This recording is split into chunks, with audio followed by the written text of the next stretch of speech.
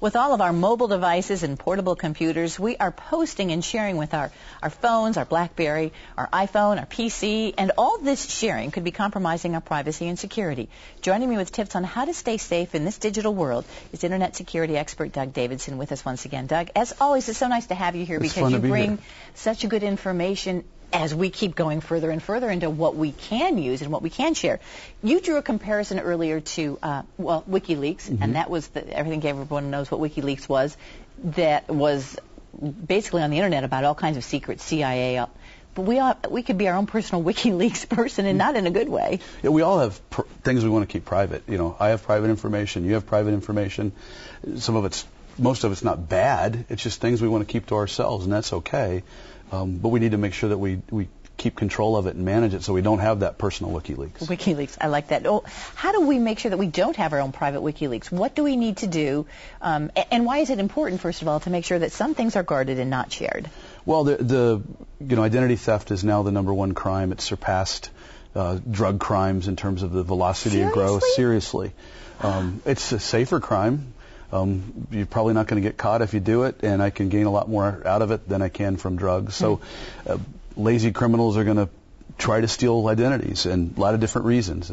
Medical identity theft, people that want to work in the country illegally. I want to go on a shopping spree with somebody else's credit cards. There's a lot of reasons to steal. And all of those things that are markers about us as individuals that would allow somebody to create an account or become us are things that need to be kept secret or private.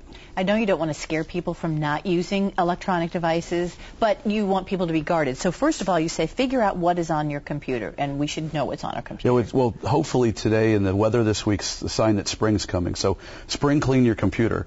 If our computers kind of become our digital junk drawer, then we've got to pull those important things off of it. Just take a look at the files.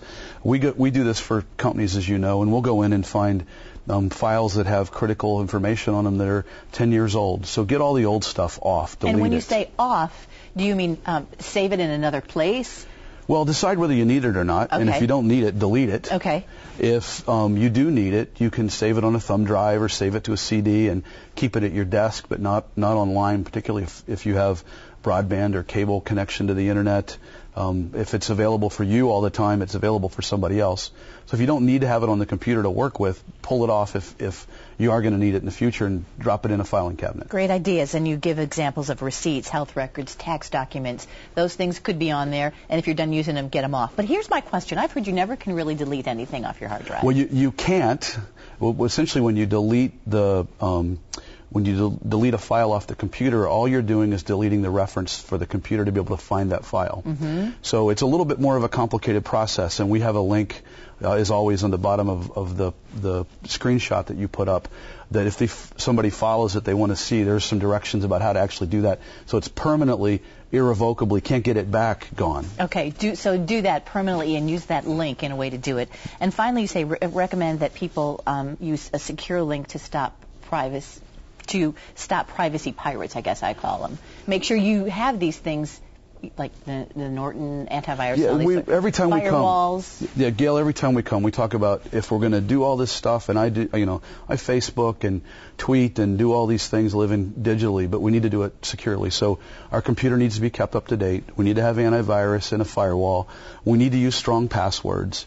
And we need to have somebody we can reference that can help us if technology is a little bit beyond us, so we're not guessing, we're actually doing things right, and we're making sure that we're doing them right.